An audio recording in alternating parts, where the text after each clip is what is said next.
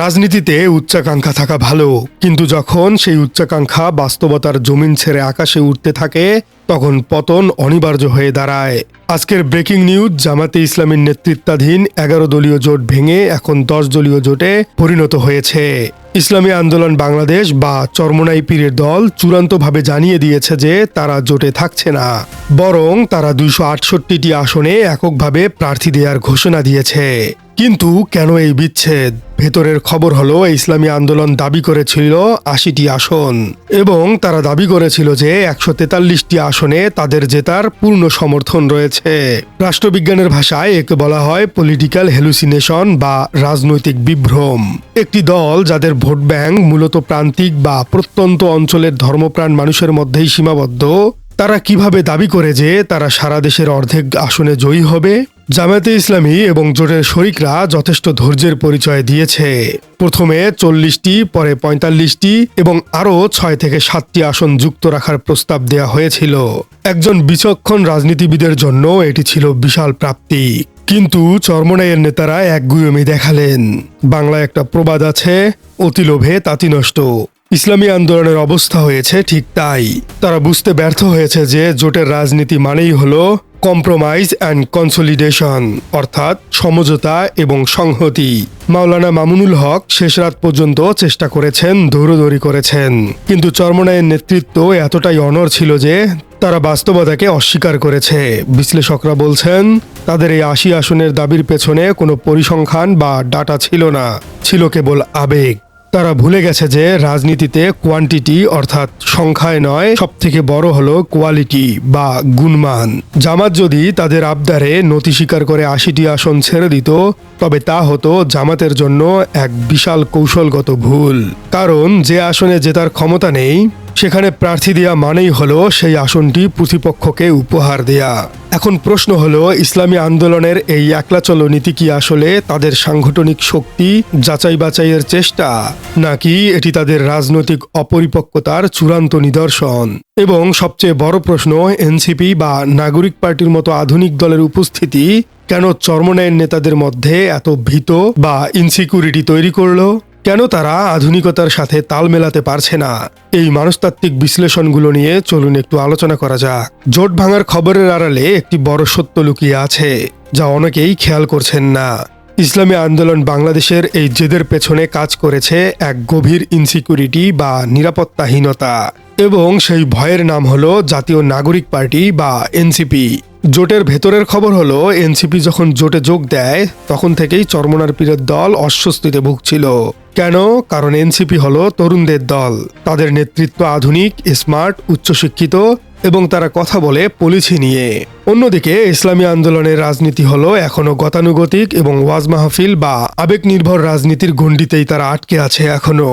NCP বা AB party সময়ের সাথে নিজেকে বদলেছে, তারা আধুনিক হয়েছে, কিন্তু ইসলামী আন্দোলন সেই পুরনো খোলসেই রয়ে গেছে। বিশ্লেষকদের মতে জামাতে ইসলামী যখন এনসিপিকে 30টি আসন দেওয়ার সিদ্ধান্ত নেয় তখন চরমোনাইয়ের নেতারা নিজেদের ইন্টেলেকচুয়াল গ্যাপ বা বুদ্ধিভিত্তিক শূন্যতা অনুভব করতে শুরু করেন। তারা বুঝতে পারছিলেন ভবিষ্যতে যদি সরকার গঠিত হয় তবে মন্ত্রিত্ব বা গুরুত্বপূর্ণ দপ্তরগুলো এই তরুণ তুর্কিদের হাতেই যাবে। কারণ রাষ্ট্র চালাতে হলে বিদেশিদের সাথে নেগোশিয়েট করতে হয়, আমলাতন্ত্র সামলাতে হয়। ইসলামী আন্দোলনের নেতাদের মধ্যে সেই কূটনৈতিক চালচলনের অভাব স্পষ্ট। তাদের নেতৃত্ব অনেকটাই রিগিড বা অনমনীয়। জামাত হয়তো ভেবে দেখেছে আবেগের বশবর্তী হয়ে যদি এদের 80টি আসন দেয়া হয় তবে সংসদে বা ক্যাবিনেটে তারা হবে এক বড় বোঝা। আধুনিক রাষ্ট্র পরিচালনায় যে ফ্লেক্সিবিলিটি দরকার হয় তা তাদের মধ্যে নেই। তারা দাবি করেছিল 143টি আসনে তাদের জেতার ক্ষমতা নাকি আছে। এটি ছিল একটি অবাস্তব দাবি। বাস্তবতা হলো তাদের প্রান্তিক ভোট আছে ঠিকই, কিন্তু জাতীয় রাজনীতিতে প্রভাব ফেলার মতো সুইং ভোট তাদের মধ্যে নেই। জামাত এবং অন্যান্য শরিকরা তাদেরকে বাস্তবতা বোঝাতে ব্যর্থ হয়েছে। বাংলায় একটা প্রবাদ আছে, যে জেগে ঘুমায় তাকে জাগানো যায় না। ইসলামী আন্দোলনের নেতারা জেগে ঘুমাচ্ছিলেন। তারা নিজেদের ক্ষমতা সম্পর্কে অতিরিক্ত আত্মবিশ্বাসী ছিলেন। ফলে জামাত এক প্রকার বাধ্য হয়েই কঠোর হয়েছে। এবং বিশ্লেষকরা বলছেন চরমোনাই বেরিয়ে যাওয়ায় জামাত আসলে হাঁপ ছেড়ে বেঁচেছে। এখন জামাত তাদের হাতে থাকা আসনগুলো বা ওই খালি আসনগুলো নিজেদের দক্ষ প্রার্থী এবং এনসিপির মতো আধুনিক শরিকদের নিয়ে পূরণ করতে পারবে, যারা কেবল সংখ্যায় নয় বরং মেধা এবং যোগ্যতায় সংসদে ঝড় তুলতে পারবে। ইসলামী আন্দোলনের এই জেদ তাদের নিজেদের পায়ে কুড়াল মারার মতো হলো কিনা তা সময়ই বলে দিবে, কারণ তাদের 268টি আসন এখন একা লড়তে হবে। জোটের শক্তি ছাড়া একা নির্বাচন করে তারা কয়টি আসনই বা রক্ষা করতে পারবে, নাকি তাদের এই একলা চলনীতি আসলে তাদের রাজনৈতিক অপমৃত্যুর দিকে নিয়ে যাচ্ছে। এবং 10 দলীয় জোটের নতুন আসন বিন্যাস অর্থাৎ সিট ক্যালকুলেশন এখন আসলে কেমন হবে, খালি হওয়া আসনগুলোতে জামাত কিভাবে তাদের মাস্টার প্ল্যান সাজাচ্ছে, চলুন সেই চূড়ান্ত সমীকরণ নিয়ে আলোচনা করা যাক। রাজনীতিতে একটি ইংরেজি প্রবাদ আছে, every cloud has a silver lighting, অর্থাৎ প্রতিটি মেঘের আড়ালেই রূপালী রেখা দেখা যায়। জামায়াতে ইসলামীর জন্য ইসলামী আন্দোলনের এই প্রস্থান ঠিক তেমনই এক ঘটনা। আপাতত দৃষ্টিতে মনে হচ্ছে জোট দুর্বল হয়ে গেছে, কিন্তু গভীরে তাকালে দেখা যাবে এটি জামায়াতের জন্য শাপে বর হয়েছে। কেন? কারণ ইসলামী আন্দোলনের জন্য বরাদ্দ করা ওই 40 থেকে 45টি আসন এখন খালি হয়ে গেছে।